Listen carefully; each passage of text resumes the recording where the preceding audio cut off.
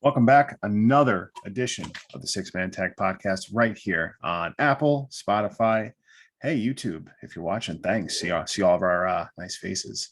I'm Mike. Joining me as always, it's CJ. What's up, everybody? CJ Doyen, aka Craig Francis. Glad to be back with you. And it looks like we have a return of our favorite luchador, Le Queso.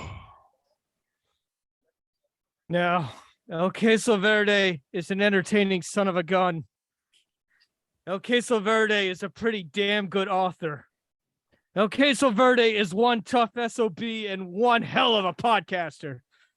So it saddens me that the verbal beatdown that you guys gave me last Thursday night. One thing El Queso Verde is not ready to podcast tonight for the six-man tag in the Hudson Valley. But I think the fans deserve a substitute in this podcast. And what I'm going to do is I'm going to name him right now. As a matter of fact, I think you guys know the guy, and I think you know him pretty well. His name is Cactus Sack.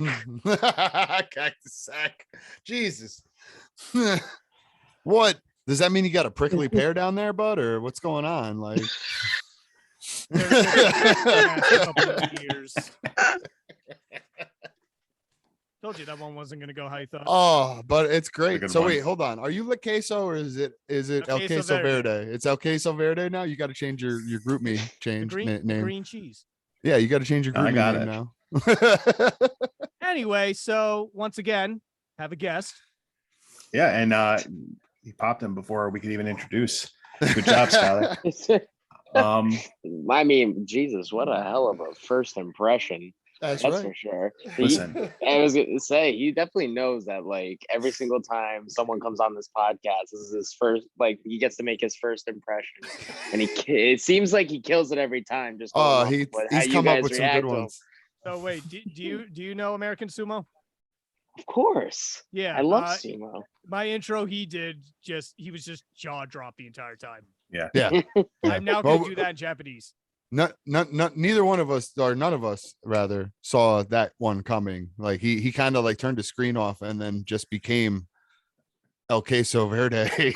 And that was the birth of El Queso Verde right there. I'm excited for what this will progress to over the coming weeks, because we're not done. Nah, it's just gonna get better and better. Introducing our guest. First of all, he has a shitload of followers on TikTok, which is incredible. I don't understand TikTok. I also didn't understand Vine back in the day. Like OG. Vine was the shit. Vine walks, you so understand TikTok could run. Tote. Oh, I still don't understand TikTok. I just lucked out. That seems to be how it works. That's what I like to hear. Yes, our guest today, aside from a shitload of followers on social media, pretty damn good wrestler, and he's wrestled some damn good folks. You'll hear about it on this podcast. BRG, Brett Ryan Gosselin. Hey, what's going on, man? Welcome to the. Pronounce my last name properly. Everybody always tends to add a G at the end, and that's like literally like my biggest pet peeve, because I hear commentators and announce Gosling, yeah, because everyone hears the Brett Ryan Gosselin part, and they just immediately assume Ryan Gosling. Of course, they always have the G, and I'm literally like had to go around telling commentators to stop when I started using my real name. So yeah. So I mean, I clearly thought that when I first like saw the name, but then I'm like, oh, well, this is the spelling. Well, okay, yeah, that there's no G, so it makes sense. Yeah. So I describe it to everybody. So I have Ryan Gosling wasn't like a huge thing until like 2004 with like Notebook. That's kind of like the role that a lot of people know him for. I was born in 98, and my dad was named Brian Richard Gosselin. And he didn't want me to be like Brian Jr. He just wanted me to have the same initials as him. So I just lucked out and became Brett Ryan Gosselin. And my last name is spelled the same as like John and Kate plus 8. If anybody remembers that, what was it? TLC reality show? Yeah, I remember. Yeah. Yeah. My last name's spelled exactly like theirs. So a lot of celebrity. Any relation? No? Zero. Okay. Are you one of the 8? Yeah. No. I'm actually the long lost ninth child. Yeah. I wouldn't put it That's past a them. gimmick for you, bro. You could use that. I could. Oh, Where's shit. my Now mom you're and gonna- dad? Took care of those other Oh. 8 ingrates. What about me? I'm divorced. Yeah, ask any relation as I shit on that entire family before. It's all right. I do too. It's totally fine. Oh, that's all right. I insulted I insulted Snooki right in front of her brother one time, not realizing that they were related, like that it was her half brother. Yeah, that's a fun Oh. story. I watched did- Snooki get knocked out in New Paltz. Well, that's what I was making fun of. So when Snooki got knocked out on that episode of Jersey Shore, we were all at my buddy. You guys remember Matt Butler? Obviously, Yeah. you do. Oh yeah. Yep. We were at Butler's house one night and we're just shooting the shit. And I start telling I start talking about the episode and we're all kind of getting a laugh out of it. And then all of a sudden, one of the guys at the party speaks up and he goes, "You guys know it's my sister, right?" And we were like, "What?" And he's just like, "Yeah, we have the same last name. We have the same father. We have different moms, but that's my sister." And we were just like, I was like, "Oh shit, man. I'm sorry, man. I'm not, trying to make fun of your sister for getting punched in the face." And he's just like, "Oh no, that bitch deserved it." That is coming from Snooki's brother. Understandable. I need to turn off What do Raw. we It's like to like say on when in we the get to this background. point? You mentioned Raw. I guess we'll work a little backwards. I guess we should talk about wrestling. I guess. Where's mean- the wrestling? Where is the wrestling? Just if you browse your Instagram, one of the pictures is you in that interview area that they have for Raw. So what was your role there? Did you have like a dark match? Did you work as an extra? How'd you get there and what did you do? So funny enough, it was thanks to Wrestling Open. Paul Crockett, who has a very heavy hand, I'm not going to give away how much, but he has a heavy hand in helping Wrestling Open essentially operate every single week. He hit me up out of the blue. I was in Texas for a wedding, and he hits me up out of the blue while I'm at the gym. I do work out, for anybody that denies it. And he's like, "Do you want to go to Raw?" I was like, "This is random. Okay, yeah, sure." He's like, "Okay, Kenny Dykstra is going to send you a email." I was like, "Okay." So next thing you know, I get the email and everything, and I look at this giant packet of everything I have to fill out. It's like you gotta get blood work. You gotta do, pretty sure if I recall correctly, you have to do a COVID test and all that.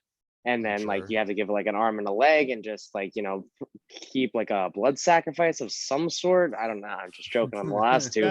You have to promise a firstborn, even if you don't have one. You have to have it on reserve. Exactly. So then You have to see if you're related to Vince.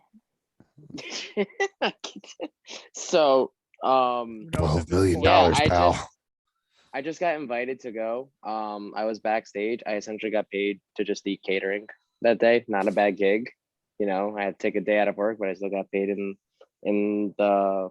This is like in the long- wrestling's Mitch Hedberg right here. Yeah, we can go with Hey, pay that. I'll $900 pretend to like eat I cantaloupe. understand. I'll You- pretend like I understand the I feel like reference. I feel like that happens a lot though. I feel like a lot of the guys who get hired to be like extras or just coming in for like whatever, some kind of either extra work or security work, whatever. I feel like a lot of them just say the same kind of stuff. It's just like, yeah, they paid me to just stand there and eat. Yeah. Well, that's the thing. So it was like my first time ever there. And Ken was telling me normally the guys that it's their first time there, they don't usually do stuff. They usually go with the guys that have been doing it a couple times at that point. Mhm. I remember Channing Thomas, one of my best friends. He was there 2 times before that, and they gave him something to do that night where he got killed by Bobby Lashley, which I can go into that story a little bit later. Which is Bobby Lashley it's murdering pretty people fun. is pretty fun. But everything that happened afterwards is even better. Oh boy. So Anyway, it we'll was get like there. this. Yeah. I don't know if you want me to go Bingo. into it now. Later, Whatever you want, man. Yeah, Yeah, man, If you got I a was story, gonna let say- it rip. Yeah, go for All it. right. So, if anybody remembers this segment, it was essentially right after MVP turned on Bobby Lashley. So he's in the ring with Almost and everything, and he's got 3 security guards in front. One of them is Channing. So, first off, when he ran into Bobby Lashley, he gave like the little T-Rex arms running into him. So me and my friends always joke about that. But then after the whole thing is done, Channing goes to the back, and I guess, and this is just going off of what he told me, so it's essentially a game of telephone at this point. But he goes, Drake Maverick called me over, and he's like, Bobby Lashley is pissed. Like, he is livid. And so Channing's like, it's like shitting a brick right now. He's like, oh crap. So he walks over and he's like very like timid and everything. And Bobby Lashley's like freaking out. He's like, what the fuck, man?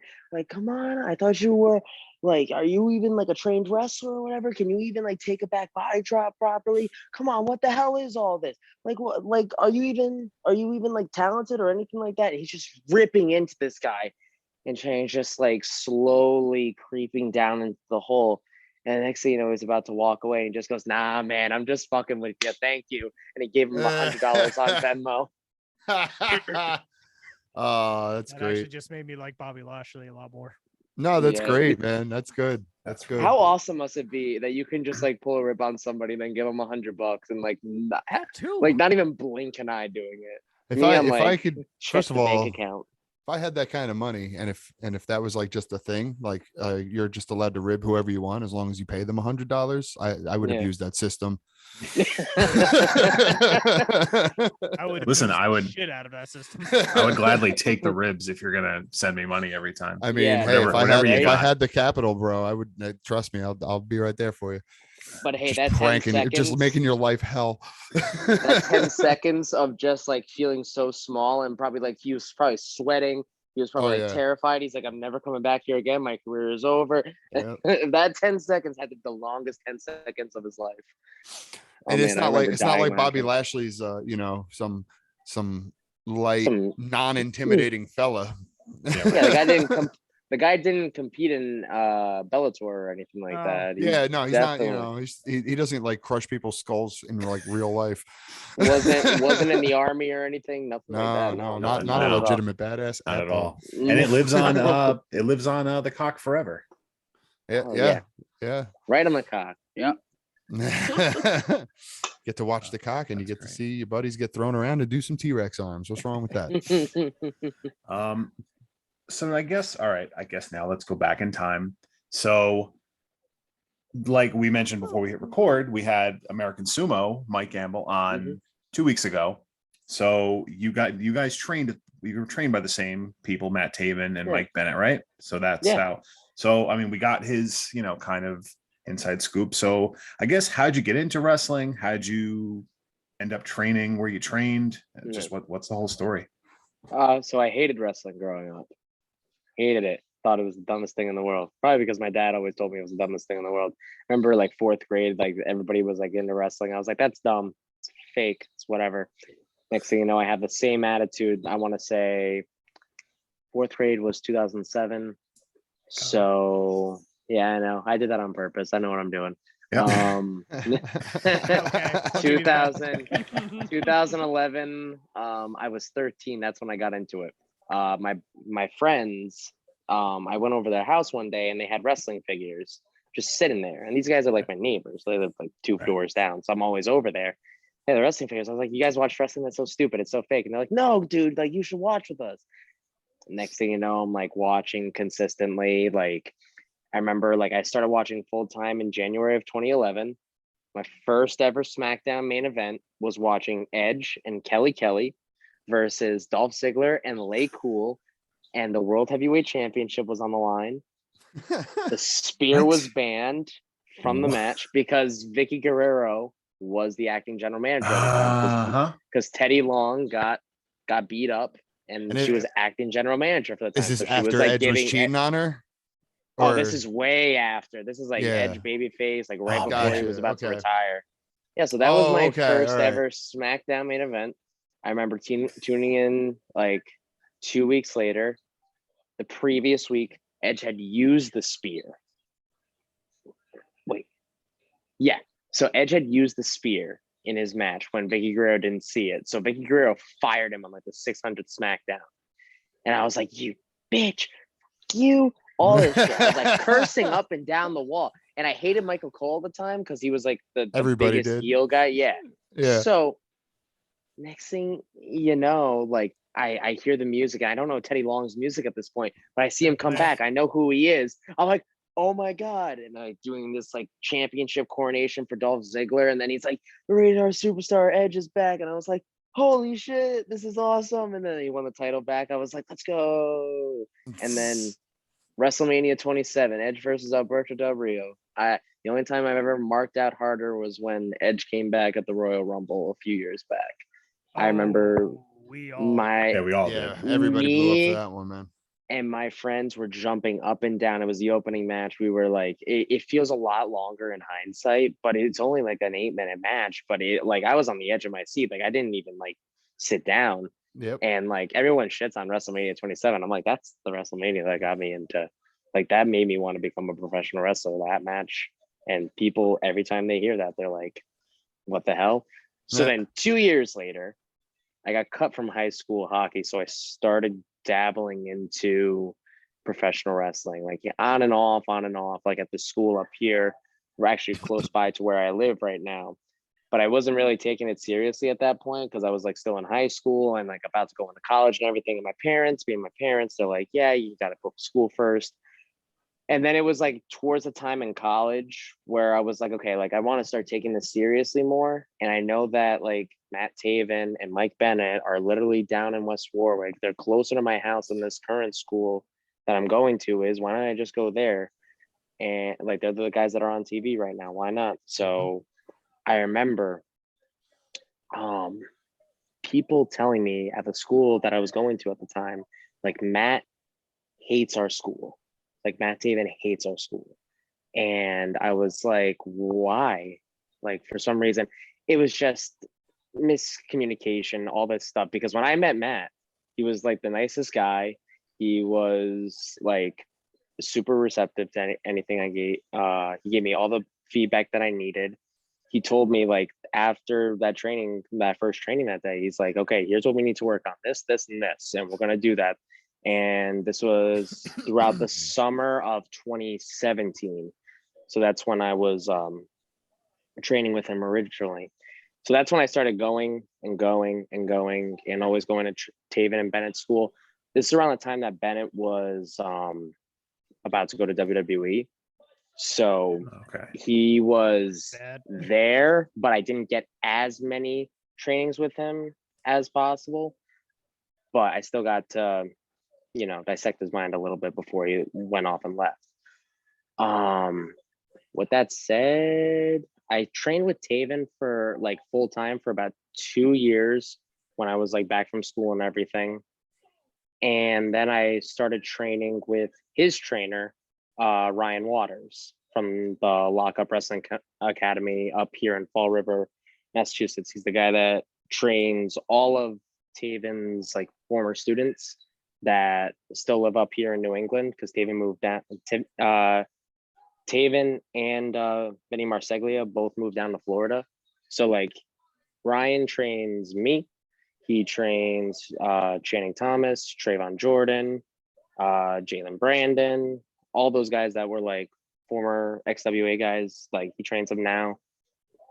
There's a reason why Taven's as good as he is, and Ryan has a big hand in all of that. And he's just an amazing trainer in all honesty. Both of them are. They've given me nothing but tools I need to succeed. Now I just need to wrestle Taven because like I've almost had the match twice. Me and Waves and Curls have this match that we've been trying to do, and it keeps getting put off and it keeps getting canceled, and we're hoping that it's going to happen soon. Was this potentially supposed to be this Saturday in Poughkeepsie? I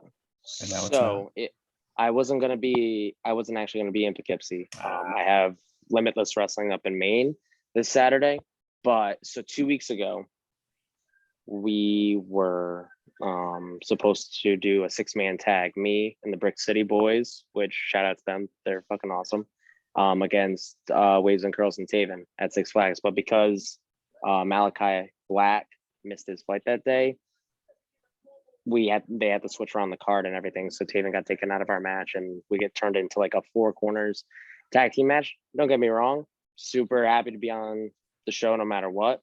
But it's like that's a match I wanted to happen. Yeah.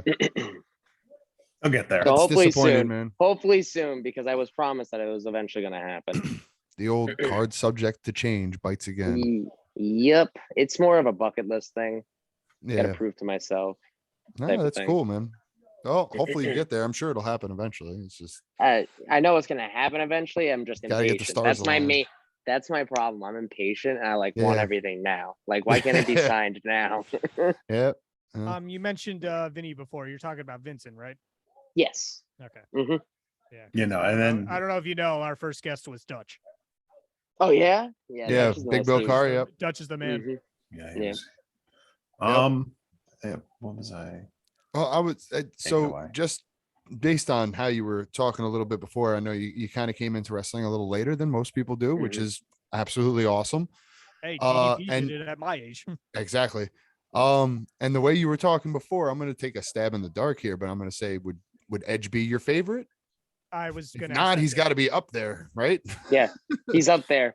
He's second favorite. Who would you consider to be your favorite wrestler? Macho Man Randy Savage. Ah, that's my number two. That's my number two. That's my number one. Like I have Nice.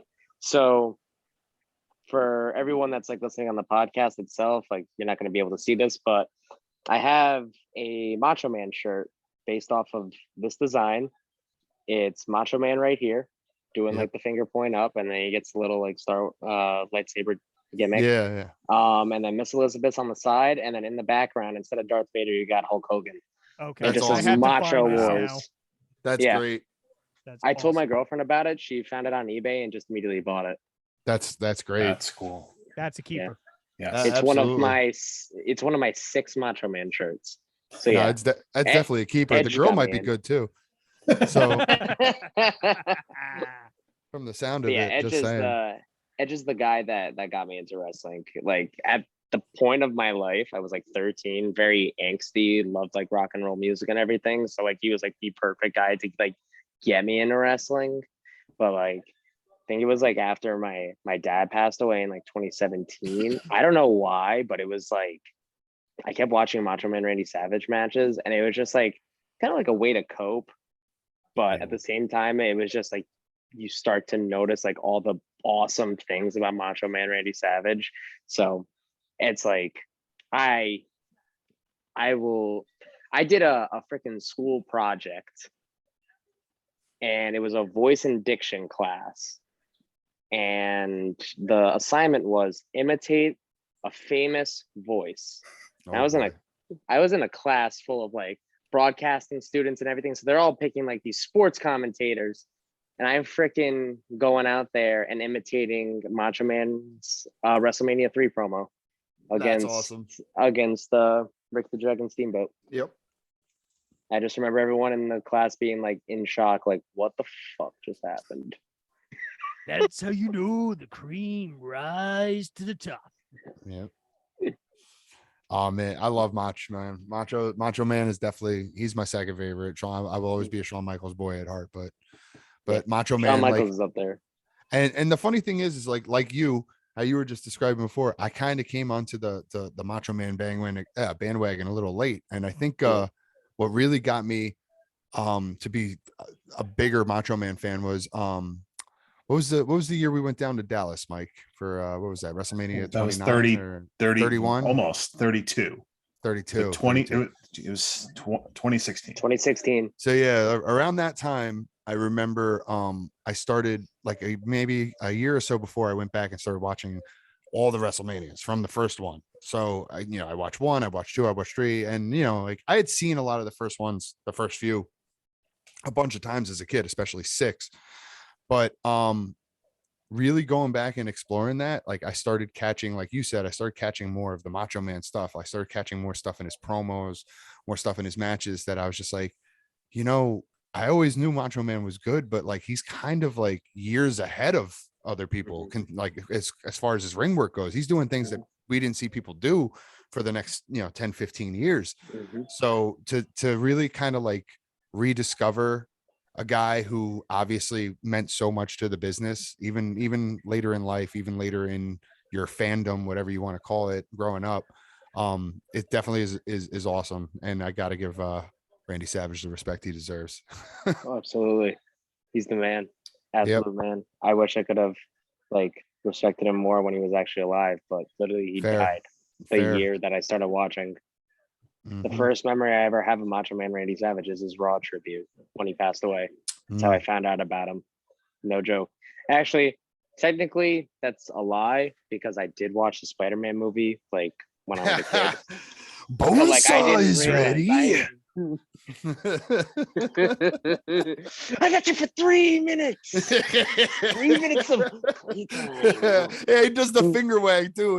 He does everything. He does, and all that's like things. that's the Macho Man shtick, man. He did the whole Macho Man shtick. Is that not just every wrestler that was in a movie from like Spider-Man Well, I and mean, then you know, even like, back however many years? Oh, Macho Man, they always had like the little finger whirl, whatever you want to Yep. call it. But yeah, it's that is hilarious. But yeah, you're on to something. Like every wrestler back in Like in they those movies back in the day. did their exact gimmick, but they were just Yeah. whatever character in the movie. Yeah. Hey, Um, early rock movies, he was doing rock bombs to people.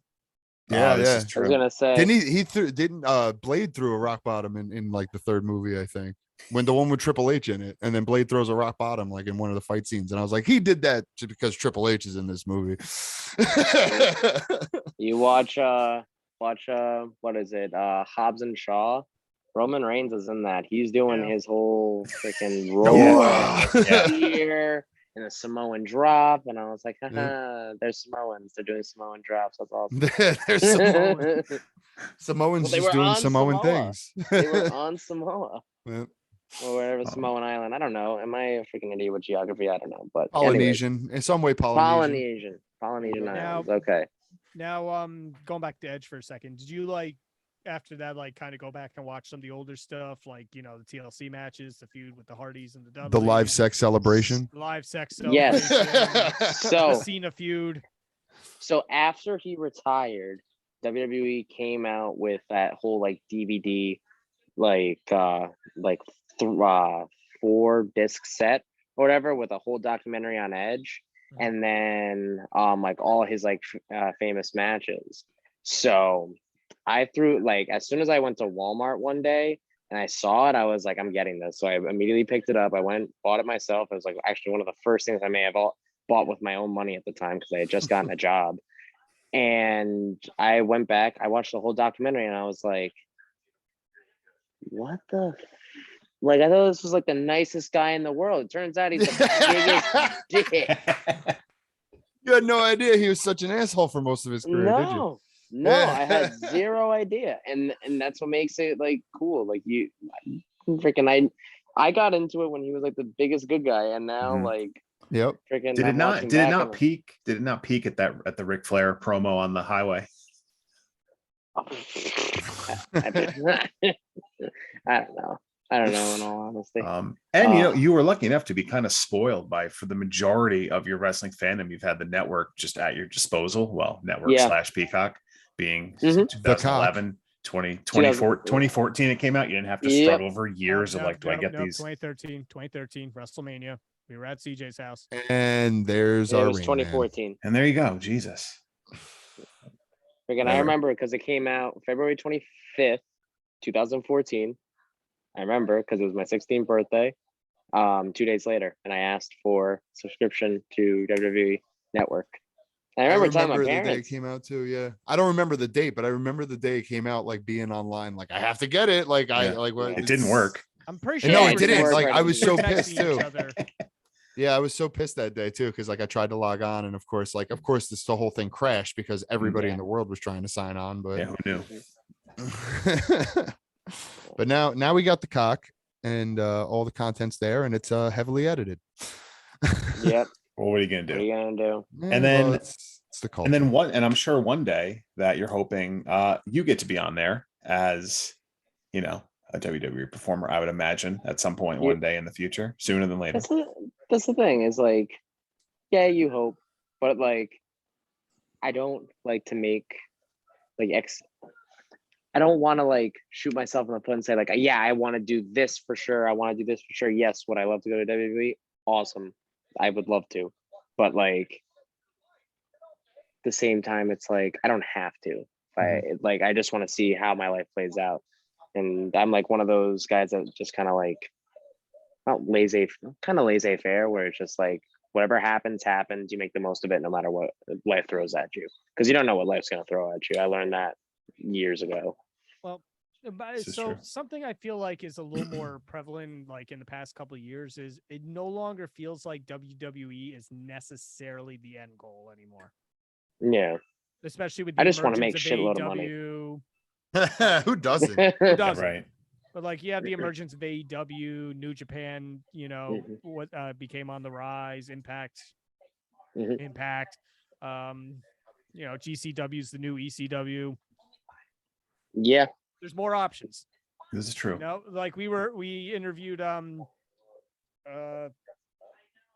Vinny Yeah. Lax. Yeah. Are you familiar? I'm Sorry, assuming. Vinny. Yeah, well, it's okay. You're familiar with a bunch of the Northeast wrestling guys? 'Cause I feel like we've had every referee on. I don't know how often you've been there. yeah. I work for Northeast. Okay. Hell, I drive their ring truck. Oh, there you go. So like Vinny, when we interviewed him, he was just like, my goal is to get to NEW. Like as far as I'm concerned, I made it. So it's like, I just feel like, especially after what you said, it's like WWE, while a fantastic goal, True. isn't necessarily the end goal anymore. Do you agree with that at all? I would agree with it. I mean, it's a lot more opportunity. So it's weird because nowadays WWE has its own audience, right? Its own fan base and stuff like that. And AEW, you'll notice in like the different products, like each one has like its own like wrestling style. It's weird, but at the same time, it's like it really depends on like the performer themselves. Where do they see themselves? Like I could see myself working on WWE. I don't know how I would translate for the audience. I know I can speak on the mic, and I know if they hand me lines, I can change it into something believable. But at the same time, it's like, oh, do I really like want to risk having my whole name changed and everything like that, and then be told I have to wrestle a completely different style? That's something that I have to think of when an opportunity like that arises.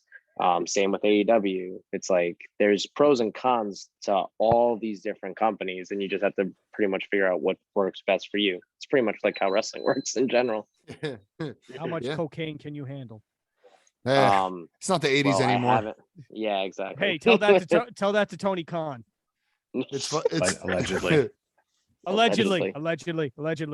It's funny because like when I was said still that, not him. Let him wrestle on Dark Elevation still. This guy was worried about getting sued.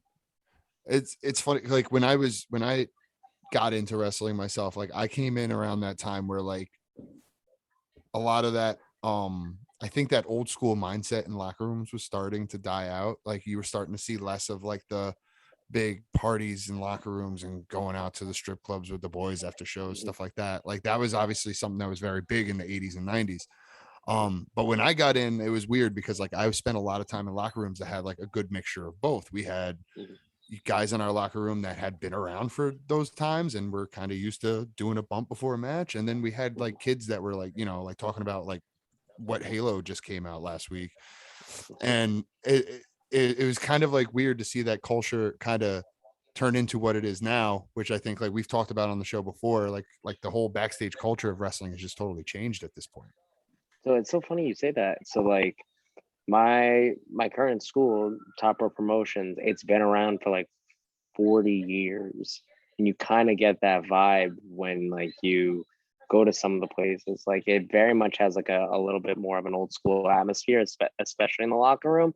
My trainer is like very old school. Like Ryan Waters is a very like old school. Like he's still the type that like will work all his matches on the fly, which is for a lot of people that's like unheard of. It's very old school. That's how we were trained too. Yeah, for sure. That's how he trains us. In the ring. Yep. Mm-hmm. Call it in the ring. Yeah. So with that said, we got that. Like we still like after every Top Rope show, we go out to the bar, we shoot the shit, and maybe not. We're not doing bumps before our matches, but there's a lot of camaraderie in that locker room, which I really do like. No, it's good. I mean, that's important to have a tight locker room because, you get guys, when you have a bunch of guys who don't actually like each other to go fake fight each other out in front of an audience, sometimes, shit can go wrong, believe it or not. You want to work? They'll start asking each other, do you want to work or do you want to fight? Yeah, no, we've talked about that. That video needs to be on the next bingo card, by the way. But yeah, because we've been bringing that video up quite a bit lately. But no, it's weird because most of the locker rooms I feel like I've been in have mostly been pretty friendly. Everybody pretty much gets along.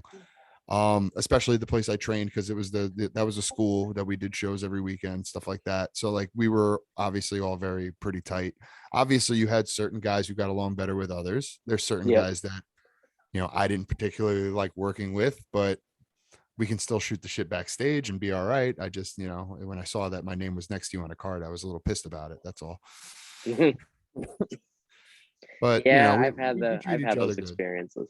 Yeah, well, who does? I'm sure there's plenty of people in the business that would say the same about me. So, and me, and me. So I can be a little hot-headed sometimes. So like, yeah, I can see it.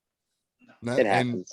And that's a thing too. So you just have to be ready to work with what you got, like you said, especially when it comes to wrestling. It's are you going to be working the main event guy who could put a 5-star match on with a broomstick, or are you going to be wrestling the kid that is going to fuck up at least 3 spots?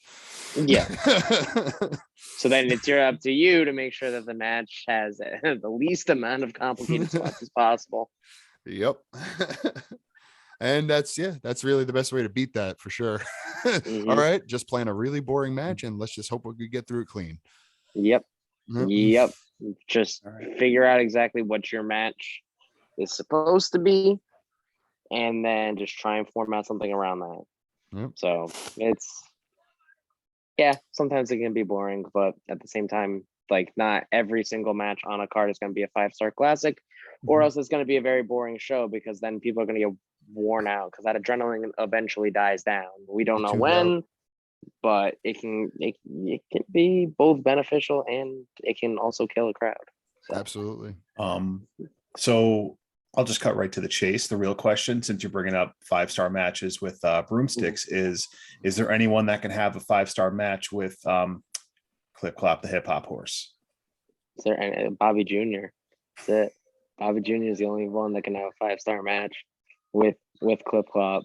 I mean, knowing how the Wrestling Open crowd is, and just knowing how Bobby Orlando and I both are, I just know there's magic that can be made with that. It's the dumbest idea, and God knows my Lord and Savior Jim Cornette would hate it. But you know what? At the same time, my Lord and Savior. I mean, granted, Kenny Omega wrestled a blow up doll or something like that, so it can't be that much worse than that, right? Yeah, I don't want to end up like Kenny Omega being shit on for 10 by Jim years Cornette. Straight. Exactly. So how you mentioned that before we recorded, because of course I had to jokingly bring it up, that it's specifically a Wrestling Open thing. Mm-hmm. How now is it almost like a Chikara in a way kind of thing that they have going, where it's like crazy shit just happens? Yeah. Well, I can only speak for myself. The main reason that it's exclusive to Wrestling Open is because Steven Stetson and I are a tag team in Wrestling Open. Steven Stetson pays me a shitload of money to be a New Jersey Cowboy in Wrestling Open. Now, not for nothing, but anybody that knows me knows that I like to hustle and I like to make money. So if I'm going to be told that I'm going to get a lot of money to just run out and be a New Jersey Cowboy, I'm going to go all in on it, because one, that's just who I am, and two, it's fun. It's fun. Here's the thing. I don't change my wrestling style. Like, the only thing, like, I'll throw in like a few little cowboy things as like taunts, but that's pretty much it. Like, I do like the little Wild West walk, as I like to call it. and I'll strut around the ring like a cowboy. And that's about it. It's no different than me taunting as if I was just doing the non-cowboy stuff. That's the funny thing is like people think that it's a completely different side of me. It's really not. I'm money driven. That's the reason why I do it, and that's the reason why I'm going to keep doing it. Yeah, Fair. my old tag partner Andy, and I believe he stole this from Ed, our old trainer. But he used to have a saying all the time, where it's like, hey, if Vince McMahon tells you, all right, kid, you're gonna go out there and you're gonna be Bobo the kid touching clown, are you gonna quit, or are you gonna learn how to make some balloon animals? Yeah, exactly. You know, like that's pretty much, you know, those are your options. So, you know, what are you gonna do? You're gonna turn down Vince McMahon in the contract he's given you? No. And not for nothing, but like it sets you up. Let's say you get you do that with Bobo touching clone fucking 5 years. You do that on Raw for 5 years. Yeah, you could have just said 7. You could have just said 7. I could have said 7, yeah. But let's just say you do that for 5 years. You're set. You can get fired after 5 years. You can go on to the indies, or you can go to any of these other companies that are providing different opportunities, and you're at least recognized. And you'll People always know be who booked. you are. Yep. Exactly. And when you give them an outrageous number on what you want to be paid, are they really going to scoff at you? Like, no, I was on national TV with 1 million people watching me. Yeah. Fuck you, pay me. Yeah, exactly. that if anything, that's the big basis of this podcast today. It seems to be the lesson that we need to learn. The moral of the story is fuck you, pay me. Yeah. That's gonna have a whole Sesame Street kind of vibe to it by the end now. Yeah. I mean, as money driven as you are, well, granted, the match against Max Caster was with $10,000 on the line. $10,000. But you got pretty heated when he called you Woody from Toy Story. I'll just say that. Yeah. Is that really? I mean, being insulted. Is that an insult though? It's an iconic character. It's an iconic character, but you have to look at the basis of that. First off, before I even go into this, Clip Clop schooled him in that rap battle. Oh. That's You're true. not wrong. That's true. You're not wrong. I'm honest. He's honestly lucky I did attack him, and I'm honestly was doing him a favor because God knows he couldn't top that rap, so I stopped it before he could further embarrass himself. But That's fair. You look at the rap itself, it was meant to be an insult. And anytime someone mean to insult me, ask my friends. Like I said, total hothead. I will fight somebody if you insult me. It was also, it was a great strategy going in. It got the clock moving. It got him a little stunned, I get, but yeah, ultimately he wanted to do, he just wanted to get his hands on me after. And yeah, we fell short on the time limit and everything, but he wanted to get his hands on me, so I worked it to my strategy in that whole match. No, that was smart. I saw what you were doing there. It's definitely a smart way to go about it, but like we said, unfortunately, maybe next time. Hopefully, I'll be rooting for you. I'm gonna try and win okay this week myself. So you win some, you lose some, but you got to just make sure that you essentially learn from those failures and get paid. And get paid. And fuck you, pay me. Exactly. Let's see. I'm trying to go through. You've had listen. You've done some cool shit. You got to wrestle Juice Robinson at Northeast Wrestling recently, and I mean, I know their shows are on High Spots, but I was bummed just in a quick pinch. There was nothing to find on YouTube in it. So, I mean, Juice Robinson beats you, but that's got to be fucking awesome. I mean, I'm not trying to do Chris Farley show shit out on this. But hey, remember that time you wrestled Juice Robinson? That was awesome. Well, I mean, yeah, nothing more. How did that come together? They're just like you. I was at work one day, and I'm friends with John Roy, who is one of the most underappreciated people in New England because he does everything. We've been hearing that everything. Name. Yes, we have. So Dennis, book him. Do it, Dennis. He texts our group chat, and he just goes, "Oh, found out Brett's opponent for the next show," and just throws in a gif of Juice Robinson. I'm in the middle of work, and at the time, I'm my shoot job. I'm working at other people's houses, I'm in the middle of somebody's house and I'm like trying to focus, but at the same time, I'm like, holy crap, like this is cool. This is sick. So then, not for nothing, but that match, like I always look at it like this. A lot of my opponents, they see me and they think I'm like this young kid that like doesn't know what they're doing. And then the moment like they start wrestling me, I like to believe that that the attitude changes. Now that may or may not have been his attitude going into the day, but just when the match ended, I remember him going into the pin and going, great job, kid. And then next thing you know, match is over. Mm-hmm. So that was a cool moment because I tend to doubt myself sometimes and I tend to overthink. And it was very much a cool thing when a guy who has been to the WWE, has been overseas, has main evented in New Japan Pro Wrestling, is coming up to you and telling you that you're a great worker. Yet it's awesome to be a great worker, even though I lost the match and everything. That's the cool takeaway that you can take from it. Like, even though you didn't see eye to eye in the match, he's still able to at least offer me that respect, which that put me on cloud nine for the rest of the day, if not the rest of the week or rest of the month. In all honesty, it was just great feeling. I could honestly understand it. I think we as workers and wrestlers and whatever, I think a lot of what that entails is really looking for the respect of your peers. And I think I think that could be said in a lot. Obviously, that could be said in life. That could be said in a lot of workplaces. Not my former workplace, that's for sure. I don't give a shit what those people think. But but I think especially as wrestlers or performers in any kind of art form, you really want to have the respect to your peers, and to know that a guy who has been around the world like that can say, great job, kid.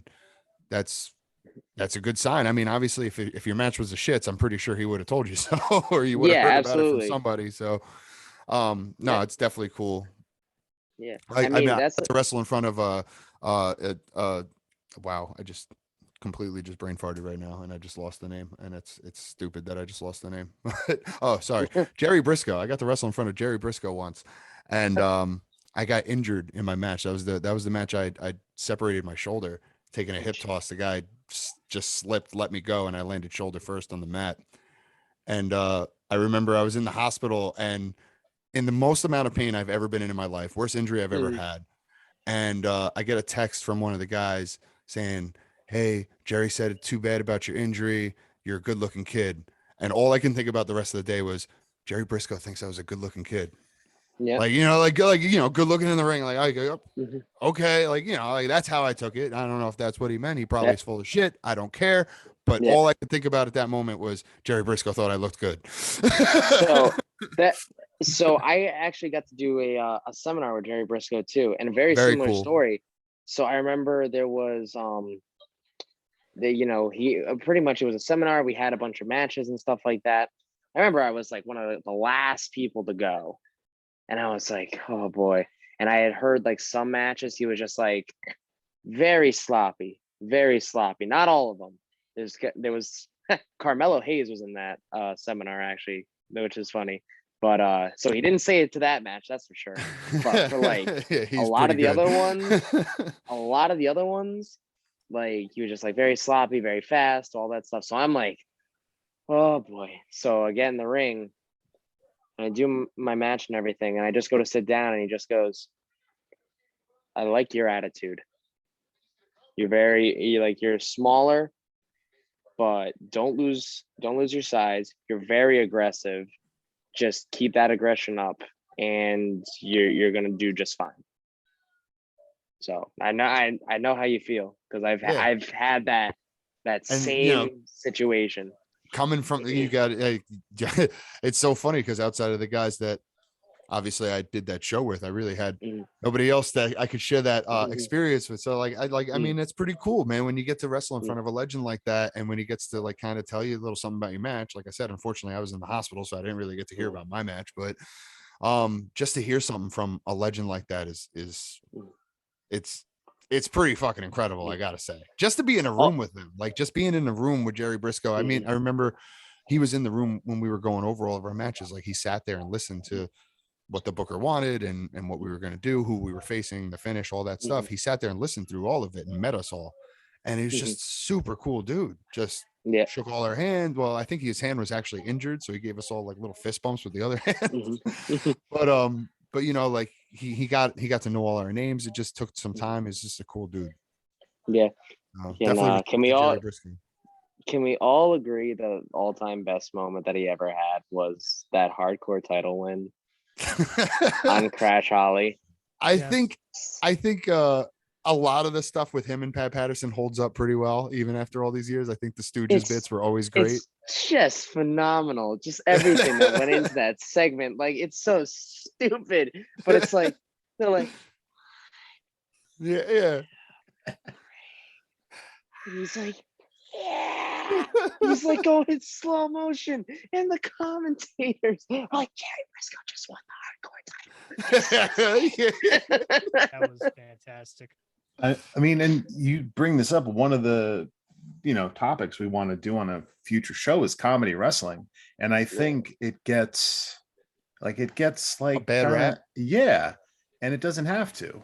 There's a lot of cool shit that goes. Like you can. I think people like take like everyone running around for like the 24/7 title as like, oh well, that's comedy wrestling. What are they doing? But like, you can have comedic stuff, make it entertaining, but still, I mean, Orange Cassidy's the best example of having comedic shit, but then being a super serious wrestler.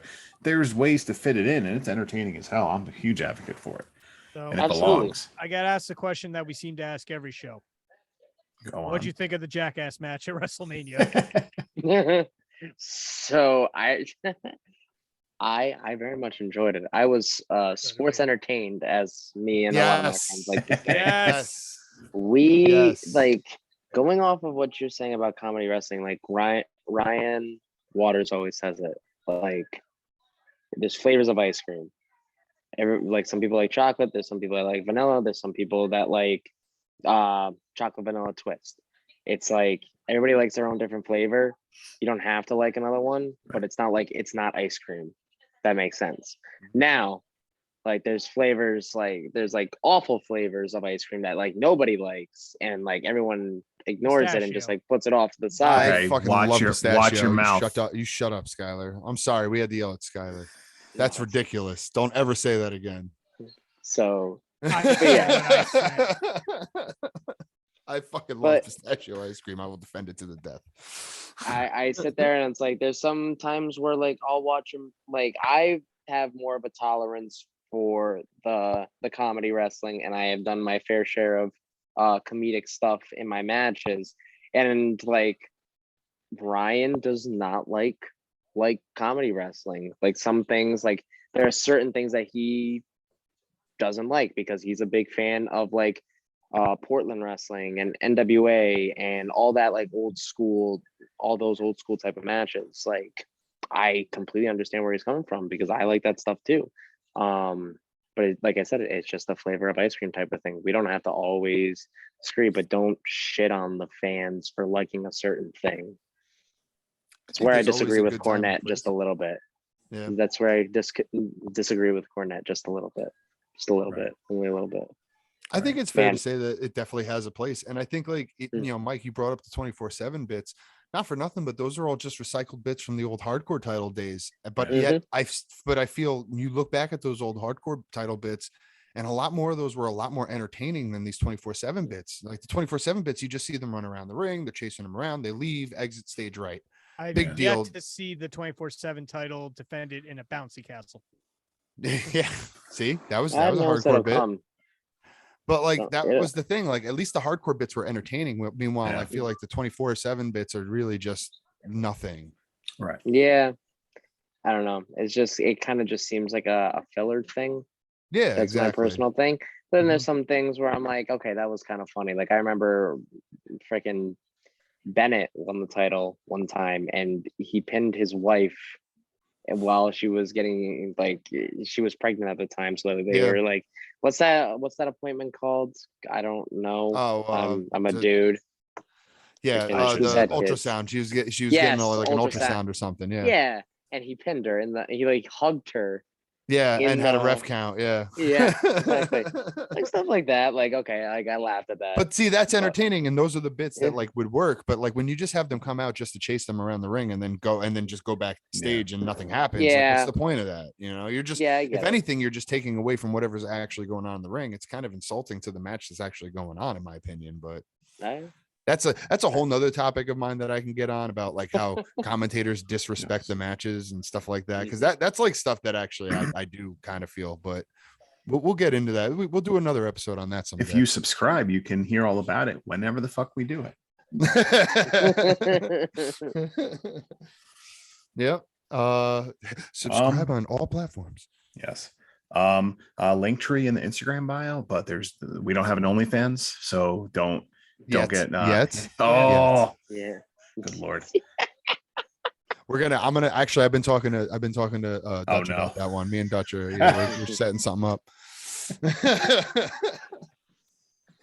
Listen, It's just gonna be me and Dutch doing the Natalia and what her sister are doing.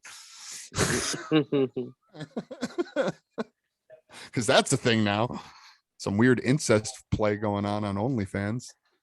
That's kind of weird that Natalia's on TV every week. She just had a title match at a pay-per-view, and she's like basically doing softcore porn with her sister on the internet, and like Vince. Right. I really just doing saw that anything about before it. we started doing this. I actually saw that like an hour before we signed on too. Oh, this is old news. This has been going on for a few weeks now. Yeah, I'm Yeah. clueless. I'm Yeah. like very clueless. That's kind with of all this weird stuff. considering the WWE, the whole family company thing. It's just like, that's and especially with their whole Excuse social me, media 80 platforms. Vic. Like they won't let you do a Oh, Twitch, no. but you want to do you can't do a Twitch. We don't want you playing video games with the fans, but you want to do softcore porn with your sister? Go for it. Sure, do it. Oh, Seems a man. little weird to me. I don't know. Maybe I'm old fashioned, I guess. Anyway, Oh, man. Wonder how Jim Cornette feels about it.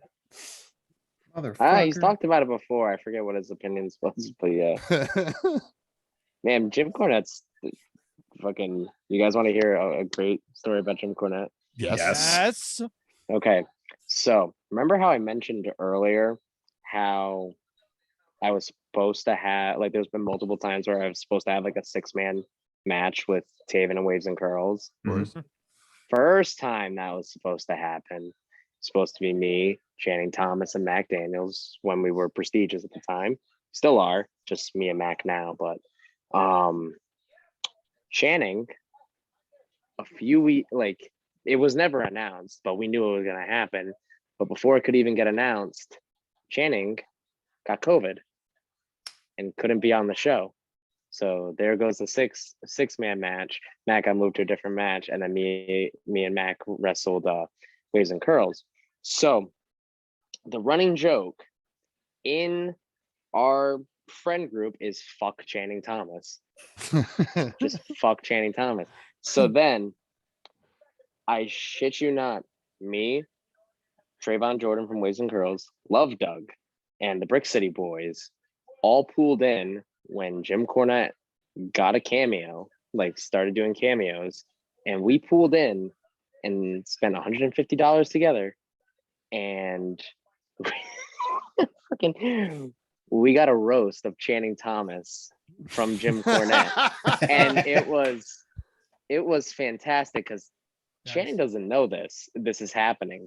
And I remember watching the video, and the best line that came from it was, I remember when I was up on a show with you one day and you came up to me and you were like, Jim Cornette, did you see my last match?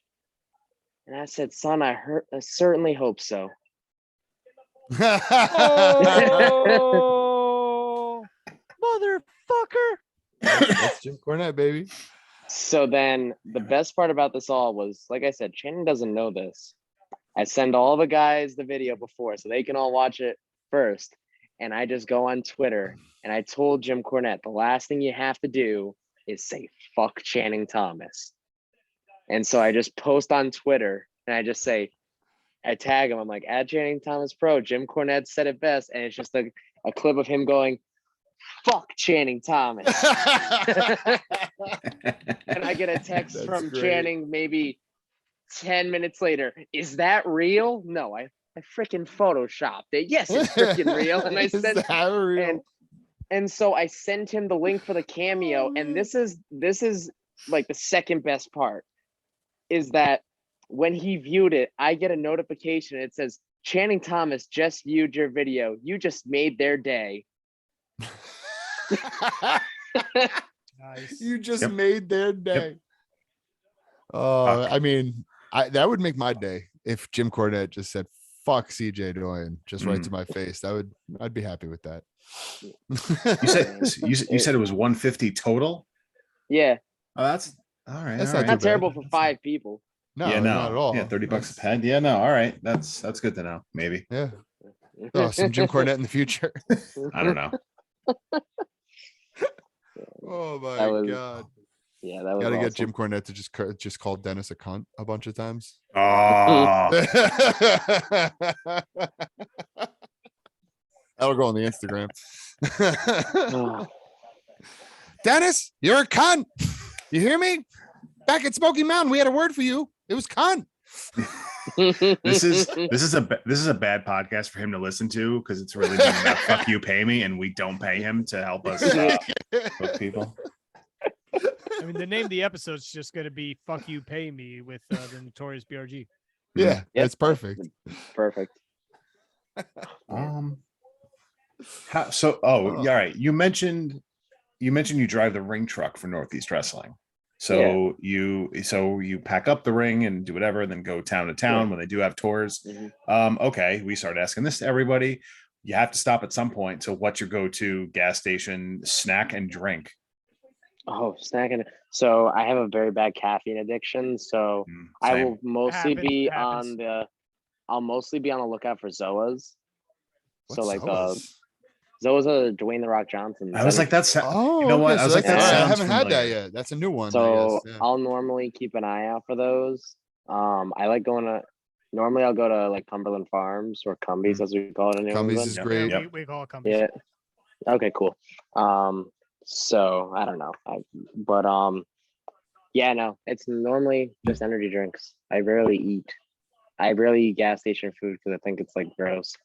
Like if anything, like I'll grab like a thing of like Smart Pop or whatever, or Skinny Pop. That's what it's called. Okay. Grab like Skinny Pop, and that's about it. I just got to keep Makes sense. I just got to stay awake. Sometimes you stay just need to stay caffeinated. No, I hear Yeah. that. We used to That's stay on the NOSes. We were big NOS guys Oh for a my while. I never had NOS ever. Oh, NOS That's a lot. was good. It's like orange soda. It's delicious. Oh man, don't tell me that. Oh, you're an orange guy?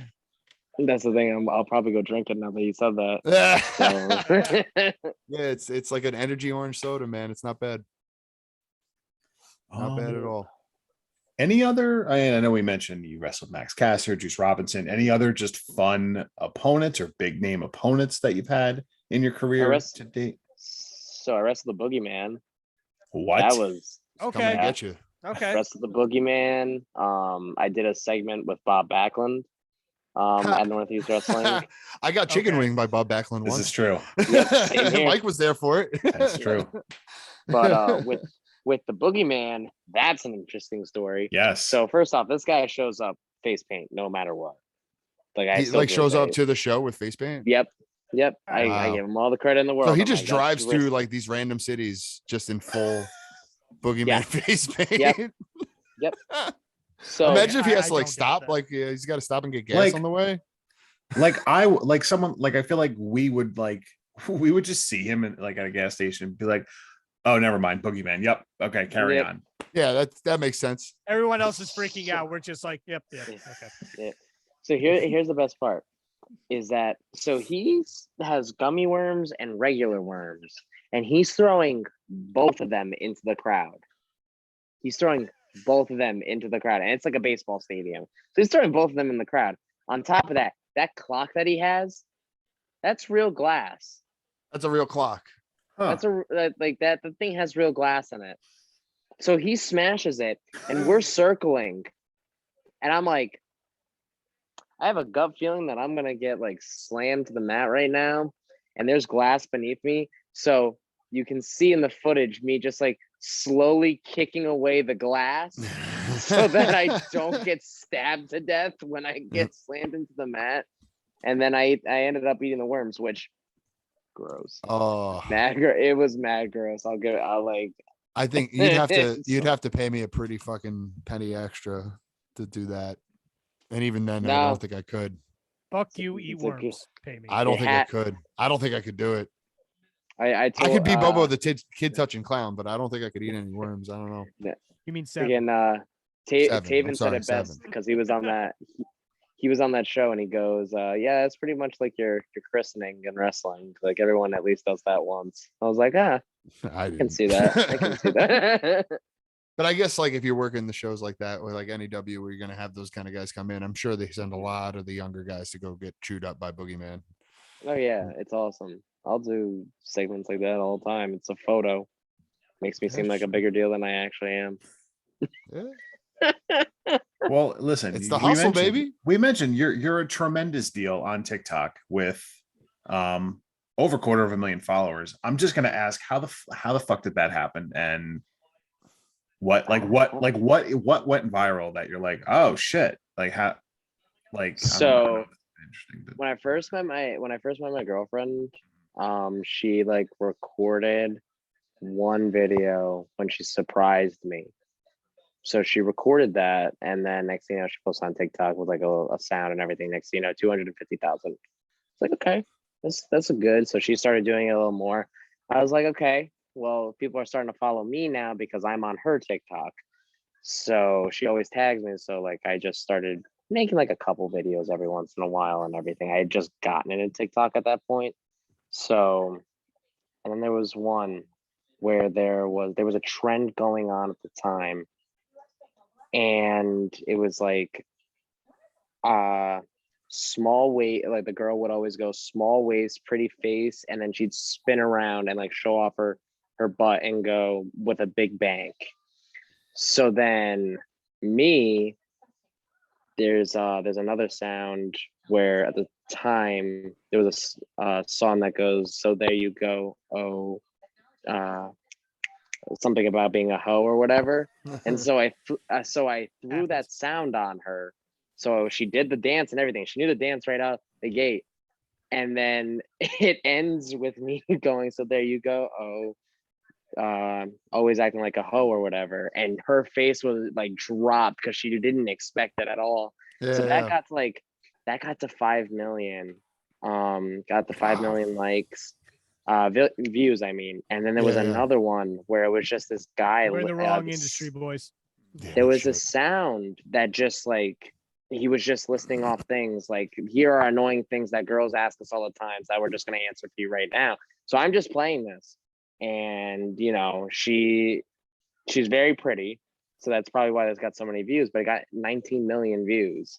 Oh my god, it's like my top one on my profile. that's insane. And then I have like some that are like there was one where it was like this is one I did recently that got like 6.7. It was like, who is your cartoon dad? And like I mentioned earlier, my dad's dead. So I got Mufasa. Oh,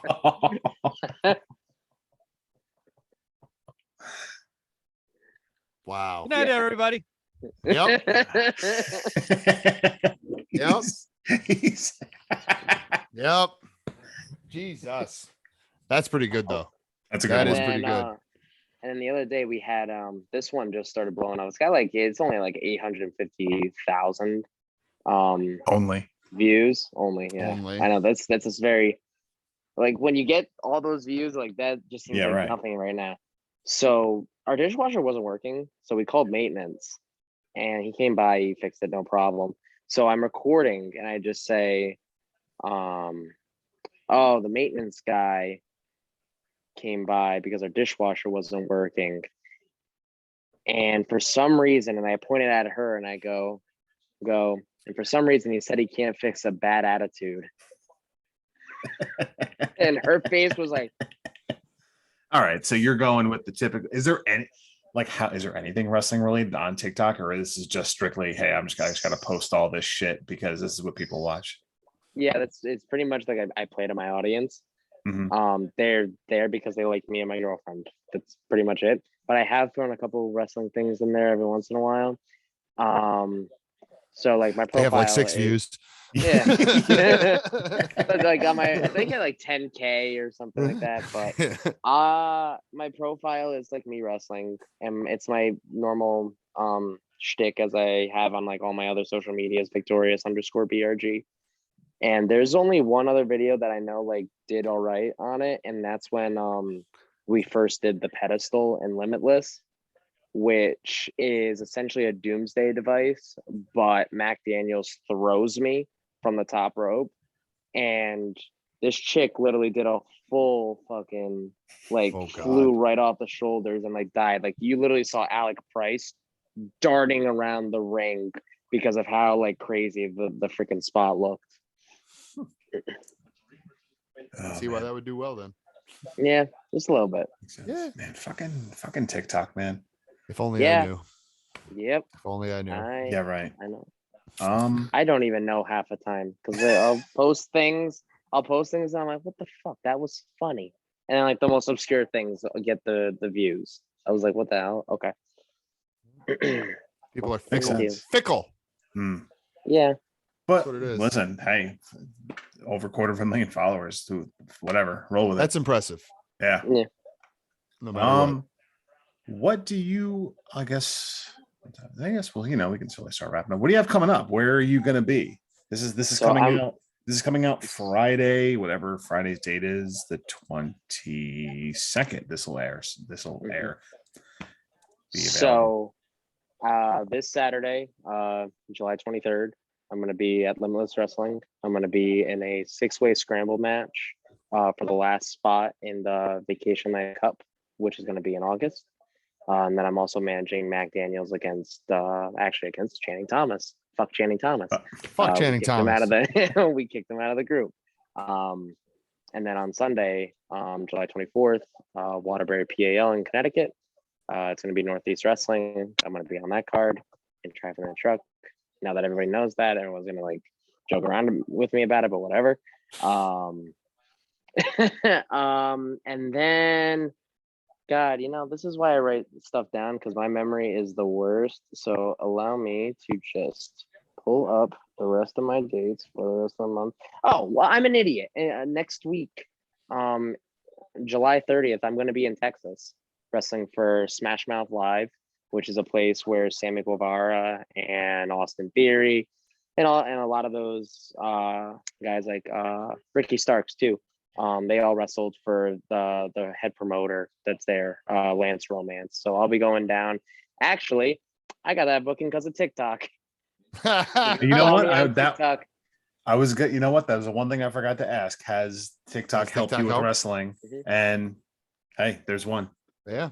So I'm gonna be down in Texas, Wills Point, Texas, next Saturday, the same day as SummerSlam. So Okay. All right. And then I know you plugged your socials, but if you want to officially just plug the socials one last time.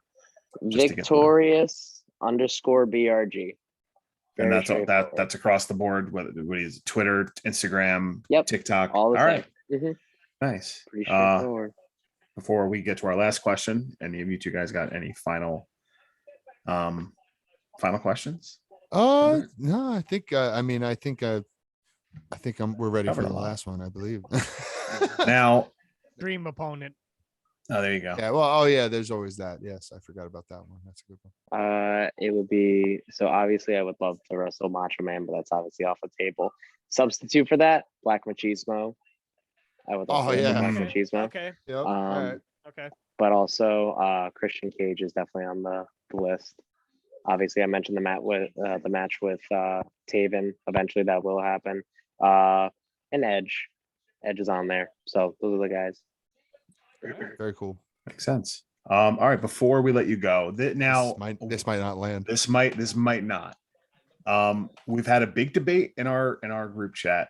So who wins in a match, a fight, whatever you want to call it? It's a fight. It has to be a fight. It's a fight. All right, I It's a forgot what fight. we I officially. was gonna All say right, hardcore match, but okay. who wins? Who wins in a fight?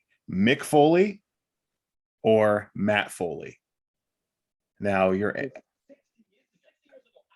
Matt the, Foley. Not landing. Okay. Yes, I knew it damn was. we knew I it. knew it We wasn't knew gonna it. We knew it. Ah, We I knew knew it. it. Okay. All right, hold on. We did say the first time this happened, we had to just kick the guy off the show and just like not. Oh, God talk damn it. to him. Yeah, I'm sorry, not this is gonna- I'm over. not gonna Sorry, do guys. that. Not gonna do that. Damn it. That's fine. But listen, we knew this would happen eventually because you Yes, know people absolutely. aren't old. So Like us. exactly, Yeah. Chris Farley. 98. Sorry. Exactly. I know this little. Fuck You're me. you're younger literally, than my youngest sister, so like that's yeah. I am old. Put it in perspective. The day that Mick Foley won his first WWF title, I wasn't even a year old. Yeah, man. it's crazy. Yeah. But Well, yeah, when you have a moment, do yourself a Mhm. favor tonight after you log off. Just look up Matt Foley, motivational Okay. speaker. Mhm. Okay. I'm not even gonna tell you No, I'm anything not gonna about the explain video. anything. You're gonna enjoy it. I want Okay. you to watch it, and then next time we talk to you, let us know who will win Mhm. a fight, that guy or Mick. Okay. Sounds good. There's some Yeah. homework Definitely for you. definitely have me back on because like I can Yes. talk for like another like 5 hours if I really need to. I got and I'm sure. no, I'm and sure. Yeah, listen, we definitely This will. is absolutely anytime. This was Yeah. awesome. We've had Chris D'Antonio on like 20 yeah, times like now. oh, Yeah, three. you want to take his And we spot? I only mean, have he's just like a 20 rep. Oh no. So you can but take yeah, his no, spot this if you want. yeah, but hey, yeah, seriously, why not? That's what wrestling's all about, brother. You got to protect your spot. yes, sir. It's up Gotta to protect your spot. it's up to bro. Chris to protect it now. He's got to come to us and say, "What the hell, man?" But seriously, no, this was awesome. Thank you, like, for coming on here. Like I said, we're some no-name podcast with We have a name. with two. Okay, fine. We have a name, but no one knows it. We're just a couple of jabronis. the podcast has a name. We're no names. Oh, that's I, true. I have no problem coming on and yeah, shooting shit with everybody. It's fun. Nah, it's I- a good time, man. Ask my You know. girlfriend. I talk for hours. She'll gladly pass off the reins to somebody else for a little bit. She's like, "Oh, I don't have to listen to you for the next hour and a half. Yeah, go do Sick. that." Fair trade. So yeah, I guess we should plug our own shit before we go. Sure. So Instagram, 6-Man Tag Podcast. God damn it, that's the number 6, not the word 6. If you We know if who you type are. 6, It's not us, and it's a fake podcast. They don't even have guests on the other guys. We're better. yeah, we're a little better. I can say we have more followers than them. This fake feud. This fake feud that they don't even know about. Yeah. YouTube, 6-Man Tag Podcast. Please subscribe. Apple, Spotify. I have to get this up on our platforms. If you can't tell, we're terrible at social media and promoting. I'm learning Twitch. Yes, we'll do Twitch eventually. I should have mentioned that. If you're listening to this on Friday the 22nd, tomorrow, the July 23rd, like we're all the rare times we get to hang out in person. We're gonna watch the Ring of Honor pay-per-view. I think we're gonna have a live stream going on our YouTube for at some point. Are we gonna do a live stream or are we gonna do a? I mean, I wouldn't mind a live stream. That'd be No, cool. we're doing. Yeah, we'll talk about it later. We'll figure. I it out. just announced it on this, and I'm not going to edit it out. So we're doing a live stream. I guess we're doing a live he stream, doesn't- folks. no, he Surprise! You know, Mike does not edit, so Hey, That's true. hey, So I guess hey. we're doing a live stream okay, on okay. Saturday. You then. drop the intro music, the sponsor, and the outro. Sponsor. Hey, I have to use an editing program to do it. Yeah. True. That's all I got. I don't know. I mean, oh yeah, Paperweight Project. Craig, you want to plug your Yeah, shit? man. Yeah, your shit in. I got to get my shit in. As you know, a former pro wrestler, I know all about getting your shit in. And my shit currently is not pro wrestling, but it is music. So check it out. It's on the banner behind me, the Paperweight Project. That is the logo. That is the name. We are on YouTube, SoundCloud, Facebook, Instagram. Check us out. The Paperweight Project. Going to be doing some original and cover music, songs.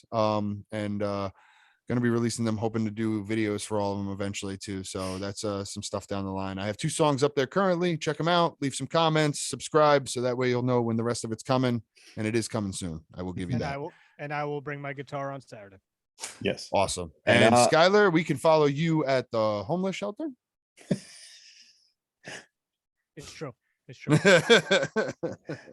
And we damn have true. we have a logo coming too. Once it's complete, we'll post it. Yeah, we have to get on the other people that we don't pay to do these things for us to get it done. Yeah, it's coming now. But no, this was awesome. Thank you again, Brett, for joining us. For our guest, Brett, for CJ, for Skylar, I'm Mike. Thanks everybody. We'll see you next time.